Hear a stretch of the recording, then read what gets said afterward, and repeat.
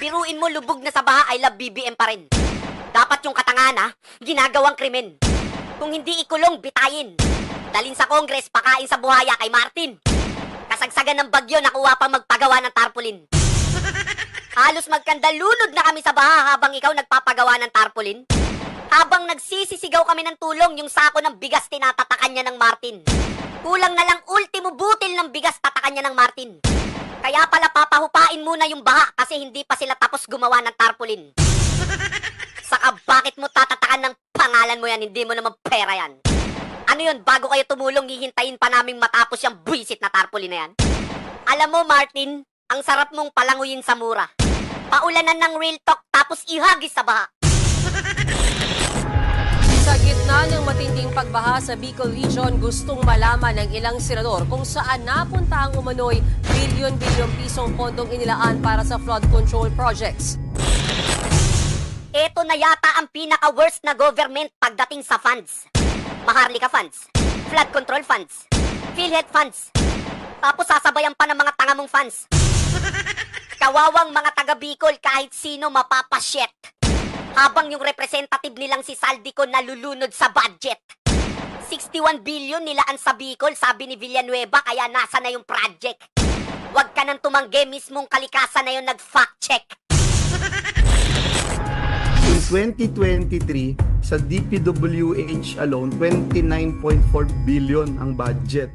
This year, for Bicol Region 2024, ang budget for flood control ng DPWH ay 31.9 billion. So 2023 and 2024, meron kang 61.42 billion. Guys, wala na talaga yung Pilipinas, sirang-sira na. Binaboy na ng mga buhaya. Yung mga matitinong tao, galit na galit na. Yung mga bangag sa kriminal na lang yung mga natutuwa. Sino ba representative ng Bicol? Ako. Sino may hawak ng budget? Ako. Sino dapat sisihin? Ako. Buti alam mo. Naglaan kami na napakalaking halaga. Umaabot ng halos 420 billion kung tutuusin. Aabot, siguro papatak ng 1.4 billion a day ang budget sa flood control. Saan napunta lahat yan? Yan ang masaklap.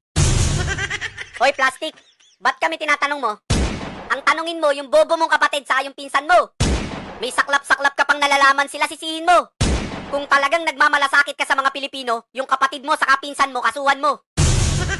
Hindi yung daldal ka ng daldal dyan sa media, wala ka namang ginagawa. Kunwari galit sa kapatid saka sa pinsan, hindi naman pala. Pangunahan mo yung hearing tapos patawag mo yung presidente. Hindi yung pasasakayin mo na naman kami sa balat ng mani. Alam mo na palang may nawawala, wala ka pang ginagawa. Binoto ka ng taong bayan para mag-imbestiga, hindi puro dada. Hindi mo mahahanap ang sagot kung puro ka lang ngawa. Lubog na nga tayo sa utang, lubog pa sa baha. Pinalaga naman niya ni Ako Bicol Party List Representative Zaldico. Wala raw katotohanan ng umano'y bilyon-bilyong pisong flood control budget para sa Kabikulan. Ang ina niya, Basta talaga pambubudol, master nyo. Tapos kunwari may i-raid na warehouse ng bigas, wala namang nakakalaboso. Hindi kaya yung smuggler ng bigas isa sa inyo?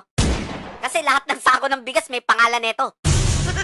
Partida kasama pa yung aso niya si Tulfo. Bakit ba laging kasama mo to? Sa Farmers Cubao kasama mo. Sa warehouse ng bigas kasama mo. Paano ka namin isusumbong kay Tulfo kung pati si Tulfo kasama mo? Wala na tayong pagsusumbungan guys. Kasama niya na lahat. Iba talaga pag may hawak ng pondo. Dinidikitan ng lahat. Papunta naman ako sa'yo. Bakit pati tong taong to? Itong taong to pati sa travel sinasama mo. Biruin mo si Mark Anthony Sayarot sa New York, sinama pa neto. Baliktad na ngayon, bagong Pilipinas, kaya yung kriminal protektado. O Igan, pasok!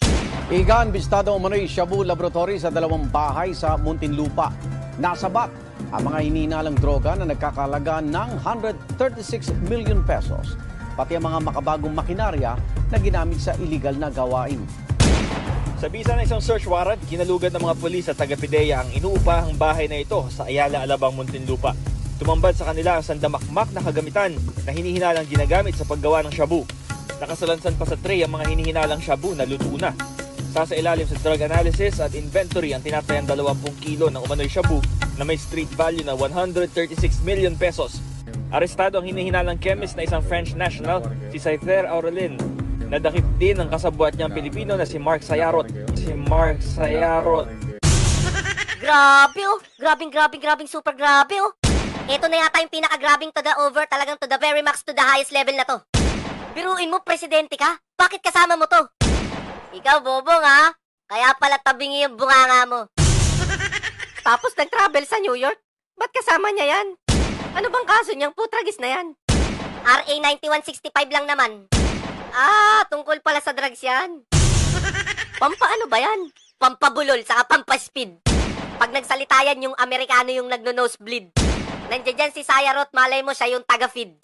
Kaya tingnan mo yung bunganga ni Bobong, kala mo na palo ng pala sa iwahig. Biruin mo, nag-travel yan ha. Kasama yung hari ng pondo, si Bangag, si Kokak sa Amerika. Wala namang nakukuhang investor, parang tanga. Nag-travel yan, kasama si Sayarot, saan ka pa? Gamit pa pera ng bayan, saya-saya. Kasama pa si Cute.